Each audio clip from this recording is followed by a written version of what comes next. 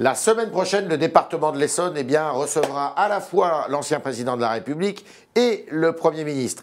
Évidemment, la campagne des départementales, évidemment aussi l'avenir de l'UMP face au Front National qui est de plus en plus menaçant. Pour en parler avec nous ce matin, Georges Tron, qui est le maire de Draveil dans l'Essonne.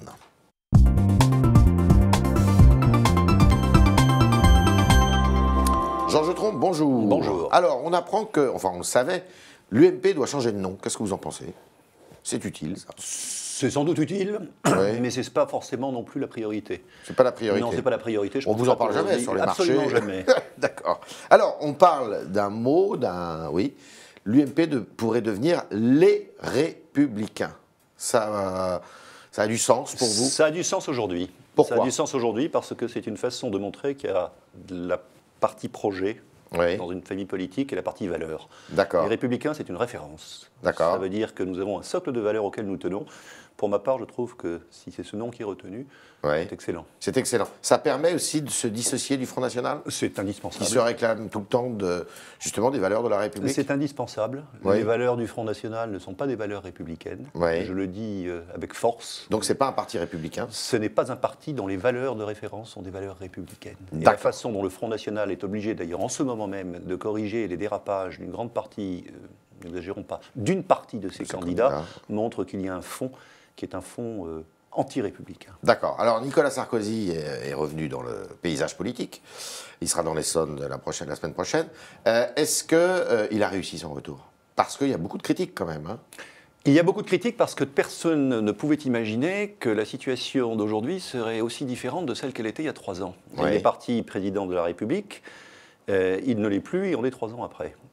C'est donc, à mon sens, l'explication principale du fait qu'il y a des difficultés inhérentes à ce changement. On n'est plus dans une situation où il y avait un chef qui était au sommet de l'État. On est dans une situation où il y a un parti politique qui a connu la défaite, qu'il faut restructurer. C'est un scénario tout à fait différent. C'est donc des difficultés normales dans un scénario différent. D'accord. Vous allez prendre part évidemment à la campagne pour les primaires, puisque vous allez choisir votre candidat. Vous êtes plutôt Sarkozy, plutôt Juppé, plutôt Le Maire, plutôt Fillon? Je suis pour attendre évidemment les candidatures. J'ai pour ma part tendance à penser qu'au niveau de la direction de l'État, il faut une expérience qui fait que c'est dans les noms de ceux qui ont été président de la République ou Premier ministre qu'il faudra plutôt choisir. Alors là, il y en a 3. Il y a Juppé, Fillon et Nicolas Sarkozy. Mon choix personnel me portera plutôt vers le 3e. Nicolas Sarkozy. D'accord. On avait à peu près compris. Les départementales, combien de départements, d'après vous, l'UMP peut remporter? Je suis incapable de vous répondre. Je vais faire une observation qui vous explique pourquoi. Tout a été fait pour que ces départementales soient illisibles pour les Français. Tout a été fait pour cela. Les leçons de Manuel Valls en matière de République et de démocratie sont vaines. On a changé les noms, on a changé les modalités de vote, on a changé la carte, et on n'a toujours pas déterminé les compétences des départements. Expliquez-moi comment on s'y prendrait autrement si on voulait faire en sorte que l'abstention d'une part et le vote extrême d'autre part puissent augmenter. C'est en gros la démonstration par A plus B qu'il ne s'agit pas simplement, pour moi, d'un hasard, mais d'une politique absolument délibérée pour dramatiser et pour rendre le scrutin, comment dirais-je, sur un terrain qui est un terrain de passion et non plus un terrain de raison. On est dans un terrain de passion, là. On est dans un terrain de passion, c'est-à-dire que Manuel Valls, à chacune de ses interventions, nous montre qu'il est plus républicain, plus démocrate, plus anti-Front National que n'importe qui d'autre. Mais tout est fait dans l'organisation de cette élection pour que le Front National et l'abstention progressent. Expliquez-moi cette contradiction. Bon, et ça sera pareil pour les régionales ? Je pense que pour les régionales, ce sera différent, parce que les régionales auront lieu à la fin de l'année. La loi, je l'espère, sur le transfert des compétences aura été particulièrement déterminée. La région est une entité que les Français apprécient sans doute plus facilement. Donc, par définition, je ne vois pas le même problème pour les régionales. Vous étiez de ceux qui étaient partisans de la suppression du département ? Non. J'ai toujours considéré qu'il fallait un échelon. Pour ma part, c'est plutôt au niveau des intercommunalités sur lesquelles j'ai toujours été dubitatif. La commune, c'est l'entité de référence. Le département, c'est une entité indispensable pour une cohésion qui peut être sociale dans un périmètre donné. Et quant à la région, elle avait du sens. En revanche, j'étais tout à fait favorable à ce qu'on étudie le regroupement région-département par l'intermédiaire des élus. Et je pense que c'est une large erreur que d'avoir supprimé le conseiller territorial. Qu'avait engagé la loi Nicolas de 2010. Sarkozy. D'accord. Est-ce que la campagne anti-FN très prononcée de Manuel Valls est productive, d'après vous? Je pense que la campagne anti-FN de Manuel Valls peut aboutir à l'effet inverse. Et je pense que si Manuel Valls avait voulu que le FN ne progresse pas, il aurait évité les 3 écueils que j'ai indiqués tout à l'heure. Songez, au moment où je vous parle, que dans l'Essonne, où je coordonne la campagne de 84 candidats, on ne sait toujours pas les compétences que nous allons exercer. Vous les saurez quand? Après le vote. Sans doute à l'automne. À l'automne. C'est-à-dire qu'à l'automne, on saura exactement ce que les départements vont faire. Et il y a de grandes chances pour que vous gardiez les mêmes compétences? Non, il y aura quelques modifications qui sont des modifications techniques en matière de transport scolaire, par exemple. D'accord. Mais cela dit, ça joue sur des budgets comme le nôtre. Tout le budget social 35 millions d'euros. Tout le budget social restera sans aucun doute dans les départements. Et la gestion des collèges aussi. Et la gestion des collèges aussi. D'accord.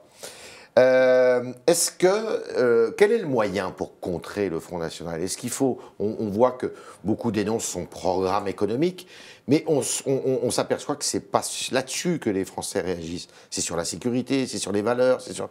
Qu'est-ce que dit l'UMP de ce point de vue? Je trouve que notre discours n'est pas suffisamment axé sur le... Non, notre discours n'est pas suffisamment axé sur le programme. Je reviens sur ce que vous indiquez. On peut attaquer le Front National sur les valeurs, ce ne sont pas les nôtres, je vous l'ai dit en introduction, ce ne sont pas les nôtres, et quand on a l'occasion d'entendre ce qu'il exprime hors micro et caméra, et ça arrive, on est surpris. Je pense qu'on a tort de ne pas s'attaquer au programme. Je vous prends un exemple. J'ai regardé un petit peu de près les mesures que propose le Front National en matière de fiscalité locale. Ce sont des mesures que même la gauche récuse aujourd'hui. En matière, par exemple, de taxes d'habitation ou de taxes foncières, on arriverait à les connecter directement avec le revenu ou avec le patrimoine. La gauche l'avait étudié et s'est dit qu'elle ne le ferait pas. C'est dans le programme du Front National. C'est aussi énorme que la sortie de l'euro. C'est aussi énorme que le soutien apporté à Tsipras en Grèce. C'est n'importe quoi et ça marche. L'UMP peut-elle gagner l'Essonne? L'UMP va gagner l'Essonne. L'UMP va gagner l'Essonne. Alors, vous êtes par ailleurs... Georges Tron, dans une affaire judiciaire dont on croyait qu'elle était close. Ce n'est pas le cas, puisque la Cour d'appel a décidé de vous renvoyer devant les assises. Quand? Ça se passera quand? Je n'en sais rien. C'est d'ailleurs une façon de me permettre de dire que je ne suis pas renvoyé devant les assises, mais qu'il y a une procédure de cassation actuellement. D'accord. Je vais vous dire quelque chose, Yves Tréhard. J'ai attendu 3 ans et demi. 3 ans et demi, durant lesquels je me suis soumis à tout. J'ai accepté, parce que je n'avais pas le choix, mais j'ai accepté de bonne grâce de répondre à toutes les questions. Au bout de 2 ans et demi, j'ai été blanchi 2 fois par le parquet, 1 fois par une ordonnance de non-lieu. D'accord. 1 an après, je dis bien 1 an après, dans un arrêt qui fait 4 pages, tout a été remis au point de départ. J'avais le choix entre 2 façons de procéder.